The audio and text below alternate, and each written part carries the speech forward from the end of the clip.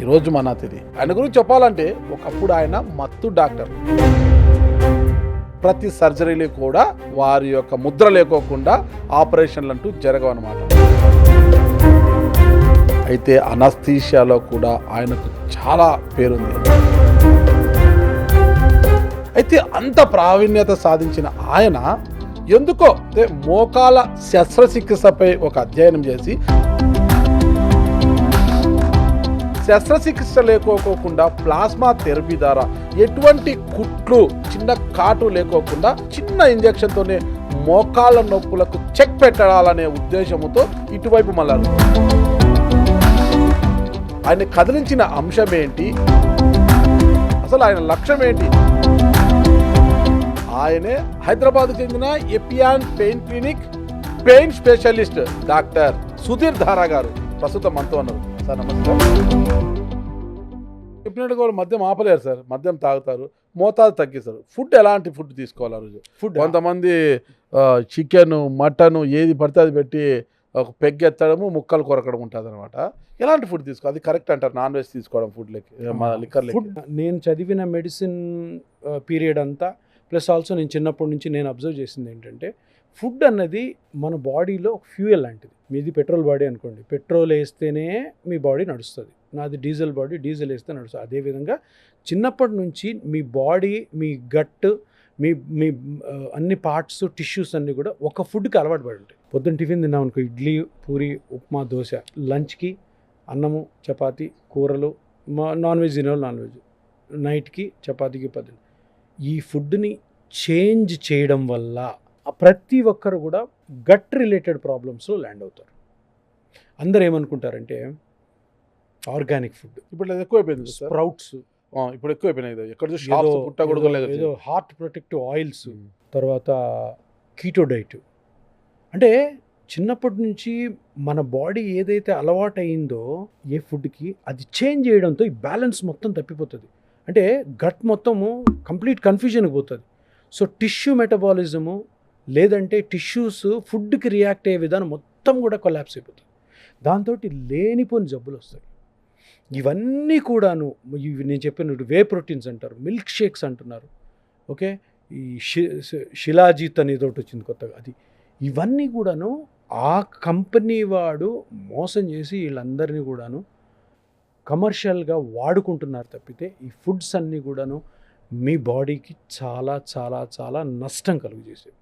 నేను ఒకటే చెప్తాను, సింపుల్ ప్రిన్సిపల్. చిన్నప్పటి నుంచి మీ అమ్మా నాన్న ఏ ఫుడ్ పెట్టారో అదే ఫుడ్తో మీరు కడశ్వాస వరకు ఉండండి. ఎందుకంటే లేనిపోనివి తినడం వల్ల లేనిపోని జబ్బులు తప్పకుండా వస్తాయి. ఇవి prove అనివి.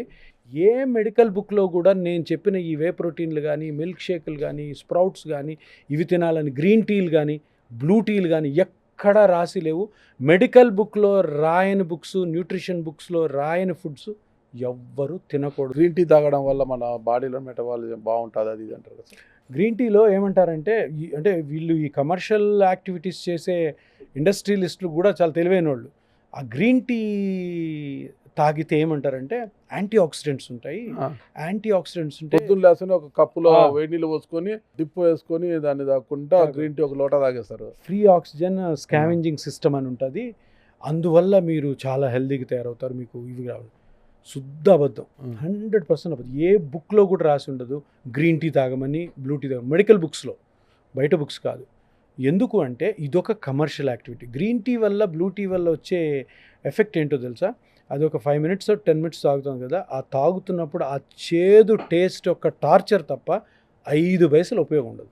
Green tea, blue tea చాలా పెద్ద ఫ్యాషన్ అయిపోయింది. మామూలు రొటీన్ టీలో ఇంకా మంచి చాలా యాంటీ ఆక్సిడెంట్స్ ఉన్నాయి. చిన్నప్పటి నుండి అవి ఉన్నాయో లేదా అనవసరం, మనకు అలవాటైంది. అది కొంచెం తాగితే మనకి బాడీలో యాక్టివిటీ వస్తుంది, ప్లస్ ఆల్సో ఆ టేస్ట్ కూడా చిన్నప్పటి నుంచి అలవాటు. అంతేగాని ఈ కొత్త కొత్త కమర్షియల్ ప్రోడక్ట్స్ తినడం వల్ల, తాగడం వల్ల చాలా డేంజరు. వాటిల్లో ఏం డేంజర్ జరుగుతుందో ఇమీడియట్గా జరగకపోవచ్చు, కానీ ఫ్యూచర్లో మీకు బౌల్ సంబంధించిన, అంటే పేగులకు సంబంధించిన జబ్బులు వచ్చే అవకాశం ఉందని తప్పకుండా చాలా చాలా లిటరేచర్లో ఉంది.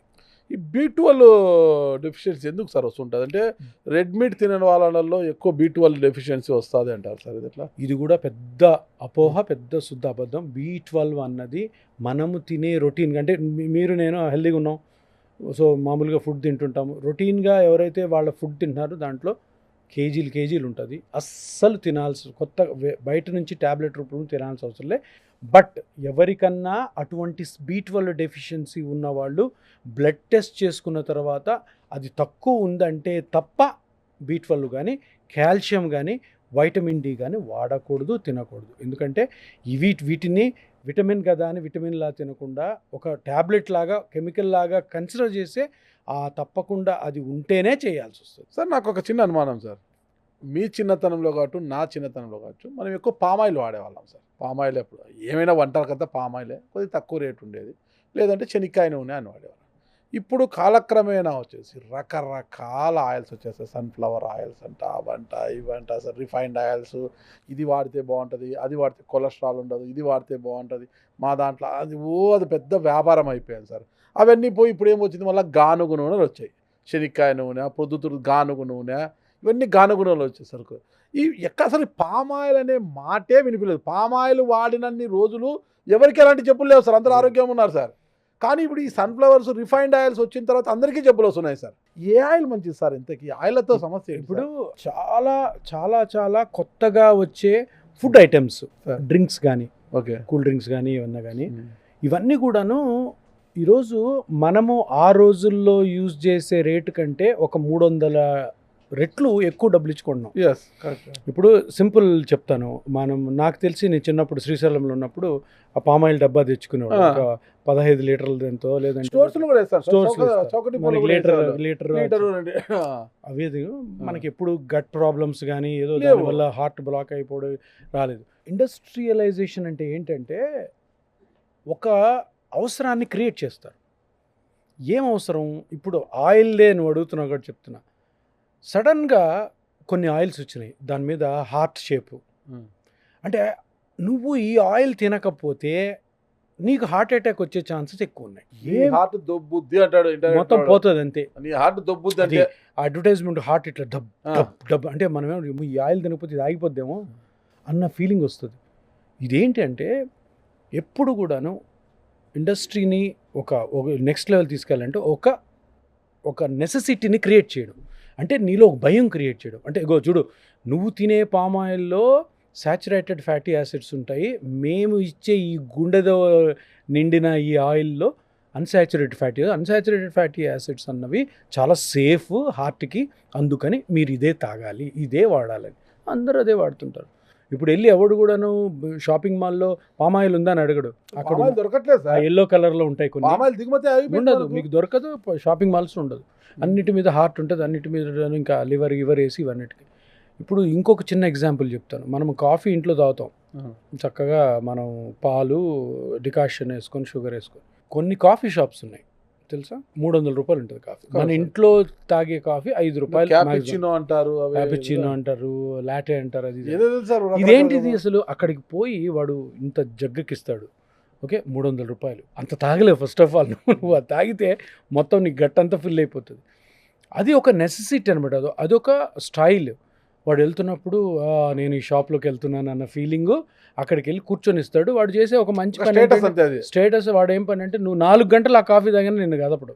సో అటువంటి నీడ్ క్రియేట్ చేయడం అన్నమాట. ఇప్పుడు ఆయిల్లో కూడా అదే నీడ్. అంటే మీరు ఇది తినకపోతే, ఈ ఆయిల్తో మీరు కూరలు చేసుకోకపోతే హార్ట్ అటాక్స్ వచ్చే ఛాన్స్ ఎక్కువ ఉన్నాయి అన్నది క్రియేట్ చేసి వరల్డ్ వైడ్ కూడా ఇటువంటి ఆయిల్స్కి ఎంతో కమర్షియలైజ్ చేసి డబ్బులు కొట్టడం తప్పితే ఇంకోటి ఏమీ లేదు.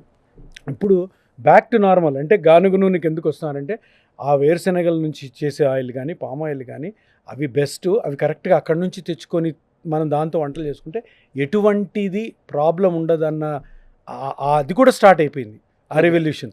సో అందుకనే ఇప్పుడు మనము ఈ సఫోలా ఆయిల్స్ ఇవన్నీ ఉన్నాయి కదా, వాటి గురించి మాట్లాడుతున్నాం. ఇండియాలో 140 crores ఎంత పాపులేషన్ ఉంటే 70% of the population they eat out side. ఇళ్ళల్లో తినరు. 70% పాపులేషన్ బయట తింటారు, ఉద్యోగరీత్యా, లేదంటే కొంచెం డబ్బులు తక్కువ ఉంటే ఆ రోడ్స్ మీద తినేస్తారు, బండ్లు తినేస్తారు. అందరూ బాగున్నారు. ఎవరికి ప్రాబ్లం ఉందో ఇన్హెరెంట్గా వాళ్ళకే ప్రాబ్లం వస్తుంది, లేదా చెడు అలవాటు ఉన్న వాళ్ళకి. సో ఈ ఆయిల్స్ అన్నవి కూడాను పెద్ద పెద్ద యూనో కమర్షియల్ యాక్టివిటీ ఇది. ఇప్పుడు ఆ ఆయిల్స్ని తినకుండా మనం వెనక్కి రాలేము, కానీ బట్ ఈ ఫ్యాక్ట్ అయితే తెలుసుకోండి. ఇంకోటి ఎందుకు ఈ మాట అంటున్నానంటే, ఏ మెడికల్ బుక్స్లో కూడాను ఇటువంటి స్టేట్మెంట్స్ ఉండవు. నువ్వు తినే ఫుడ్ ఆయిల్ ఎక్కువ లేకుండా, ఆయిల్ ఎంత, ఏ ఫుడ్కి ఎంత ఆయిల్ కావాలో అంత ఆయిల్ వేసుకొని తినమని ఉంటుంది. కాబట్టి మెడికల్ బుక్స్లో ఎప్పుడు ఇట్లాంటి ఉండవు. అవి తిన్నంత మటుకు మీకు హార్ట్ ప్రొటెక్టివ్గా ఉంటుందని, అవి ఆ ఆయిల్స్తో తినకపోతే మీరు తొందరగా హార్ట్ అటాక్, ఇది శుద్ధ అబద్ధం, అని నమ్మొద్దు. ఓకే, వంట నూనెని పక్కన పెడతాం సార్. ఇప్పుడు తల నూనె కోసం సార్ మనము మా ఆయిల్ వాడితే మీ జుట్టు ఏపుగా బారుగా పెరుగుతుంది, జుట్టు నిగనిగలాడుతుంది, జుట్టు ఒత్తుగా వస్తుంది, జుట్టు రాలడం తగ్గిపోతుంది, మోకాల కింది వరకు మీ జుట్టు రావాలి అంటే మా ఆయిల్ వాడండి. రకరకాలు వచ్చినాయి సార్. ఇప్పుడు ఎక్కడ జుట్టు ఒక పెద్ద వ్యాపారం అయింది. ఏంటి సార్ అసలుకి జుట్టు పెరగాలంటే, జుట్టు ఒత్తుగా బాగా బారుగా పెరగాలంటే ఏం చేయాలి? జుట్టు నల్లగా నిగనిగలాలంటే ఏం చేయాలి? ఈ వ్యాపారాలు చేసే ఆయిల్స్ వాడితే తగ్గుతుందా? మీరే అన్నారు అది కమర్షియల్ యాక్టివిటీని. మీరు నమ్ముతారా ఆయిల్ వాడితే జుట్టు పెరిగిపోద్దని? అట్లయితే మిమ్మల్ని ఎవరైనా చూసారా? అట్లయితే వాడతాను సార్, యాంకర్గా ఇంకా 2 రోజులు నువ్వు వాడు, జరగదు అంతా కూడాను. అంటే జుట్టు పెరగాలని ప్రతి ఒక్క మనిషికి ఉంటుంది. ఇప్పుడు టీవీలో చూపిస్తారు కదా సార్, జుట్టు ఇట్లా వేసేసరికి ఇట్లా మగవాళ్ళు కూడా ఇప్పుడు చూపించాల్సింది, మగవాళ్ళు కూడా జుట్టు కింద చూపిస్తున్నారు. అది వేసుకోగానే ఇంత పెరిగిపోతుంది. జుట్టే అలాగే ఏదన్నా ఆయిల్తో పెరిగే ఉంటే ఇన్ని స్పాలు ఉండేవి కాదు, ఇన్ని హెయిర్ ట్రాన్స్ప్లాంట్ జరగవు, ఇన్ని పిఆర్పీలు కూడా చేస్తారు జుట్టుకి, అవి ఏం జరగవు. ప్రతిదీ కూడాను ఒక ఫాల్స్ బిలీఫ్. ఎందుకంటే ప్రతి ఒక్కరికి జుట్టు పెరగాలంటే, నాకు ఇప్పుడు మీరు అన్నట్టు ఏదైనా ఆయిల్ ఉందనుకోండి, అటువంటి ఆయిల్ ఇస్తే నాకు బట్టతలు ఉంది కాబట్టి ఇమీడియట్గా జుట్టు వస్తే సూపర్ తయారవుతానన్న ఆశతోనే అది కొనాలని ప్రయత్నం చేస్తారు. అందరికి తెలుసు అది పెరగదని, అందరికీ తెలుసు, ఆడతారు చాలామంది, వాడిని తిట్టుకుంటారు, లేదంటే లేదులే మన జెనెటిక్ ఇది ఇంకా రాదులే అనుకుంటారు తప్పితే. అంటే ఆయిల్కి కానీ ఫుడ్కి కానీ ఏ క్రీమ్స్కైనా కూడాను సైంటిఫిక్ ఎవిడెన్స్ ఉండాలి. సైంటిఫిక్ ఎవిడెన్స్ లేని వాటికే ఇప్పుడు ఎక్కువ గిరాకీ ఉంది. ఫేర్ అండ్ లవ్లీ వాడితే తెల్లగవుతారని నేను పుట్టక ముందు నుంచి అంటున్నారు. ఇప్పటికి కూడా నెంబర్ 1 క్రీమ్ అది. ఓడి తెల్లగాడు. కొన్ని లక్షల కోట్లు ఫేర్ అండ్ లవ్లీ వాడు సంపాదించాడు, హిందుస్థాన్ లీవర్ కంపెనీ అనుకుంటా. నేను పుట్టక ముందు నుంచి ఉంది ఫేర్ అండ్ లవ్లీ. ఇప్పుడు మ్యాక్సిమం సేల్స్ క్రీమ్స్లో అదే అవుతుంది. ఎందుకంటే middle class family, lower middle class families పెద్ద పెద్ద క్రీములకు పోరు. ఇవన్నీ కూడా ఈ క్రీమ్స్, మాయిశ్చరైజర్స్, ఈ పీల్స్, ఇవన్నీ కూడాను సైకలాజికల్ సాటిస్ఫాక్షన్ తప్పితే 5 పైసలు కూడా ఎవరికి మంచి జరగదు. కానీ డబ్బులు పెట్టి కొనేవాళ్ళు లాస్ట్ కౌంటర్, లేదు నా స్కిన్ ఇంతకుముందు బాగుండేది, బాగాలేదు, ఇప్పుడు బాగా స్మూత్గా ఉంటుంది, మనం చూసే వాళ్ళకి ఏమనిపించదు. సో వాళ్ళు మటుకు వేలు డబ్బులు ఉన్నాడు వాడుతూ ఉంటాడు. అంటే నువ్వు ఇప్పుడు అడిగినట్టు జుట్లు పెరగడం కానీ, ఫేస్ క్రీమ్స్ వాడడం వల్ల తెల్లగవడం కానీ, ముడతలు పోవడం కానీ, అందంగా కనపడం కానీ, ఇవంతా కూడా టెంపరీగా 1 డే 2 డే ఉండేవి తప్పితే, వీటిని నమ్ముకొని ఏదో మెడికల్ సైన్స్ దీని వెనకాల ఉందని అనుకోవడం 100% రాంగ్. ఇది జనాలు నమ్మకూడదు. తొందరలోనే జనాలు ఇటువంటి రెవల్యూషన్ వస్తుంది, అండ్ రెవల్యూషన్ వచ్చినప్పుడు ఇవన్నీ కూడా ఆగిపోతాయి. Thank you sir. మొత్తం మీద ఏ కీళ్ళ నొప్పులకైనా, ఏ మోకాల నొప్పులకైనా ప్లాస్మా థెరపీనే సురక్షితం అంటారు. The best. అంటే ఈ నమ్మకం అన్నది ప్రజల్లోకి వెళ్ళిన రోజు మన హ్యూమన్ కైండ్ అంతా కూడా బెటర్ వేలో పోతుంది. ఓకే, అనవసరంగా సర్జరీస్కి వెళ్ళకూడదు. ఓకే సార్, అందరు నమ్మాలి, సర్జరీ చేసే డాక్టర్లు కూడా నమ్మాలి. నమ్మినప్పుడు ప్రతి ఒక్కరు చేయండి, కరెక్ట్ పద్ధతిలో చేయండి, మంచి చేయండి మనుషులకి. ఎందుకు అంత పెద్ద పెద్ద సర్జరీస్కి వెళ్ళడం? సర్జరీ అవసరమైతే తప్పకుండా పోవాలి. సర్జరీ అవసరం లేనప్పుడు కూడా అందరినీ సర్జరీకి తీసుకెళ్ళడం, అది నమ్మడం ప్రజలు అన్నది తప్పు. దాని నుంచి బయటపడాలన్నదే ఈ ప్లాస్మా థెరపీ యొక్క ముఖ్య ఉద్దేశం. ఓకే, ఇది అండి మన ప్లాస్మా థెరపీ సృష్టికర్త అయిన డాక్టర్ సుధీర్ ధారా గారి యొక్క నేపథ్యము అండ్ ప్లాస్మా థెరపీకి ఉన్న ప్రాధాన్యత ఇది. మరి చూద్దాం ఎంతవరకు మోకాల చిప్పలు అరిగిపోయి నొప్పులతో బాధపడుతున్న వారు శస్త్రచికిత్సలకు వెళ్లకుండా ప్లాస్మా థెరపీ వైపు ఎంతమంది మొగ్గు చూపుతారనేది కూడా మనం వేచి చూద్దాం. Thank you sir. నమస్తే. సార్.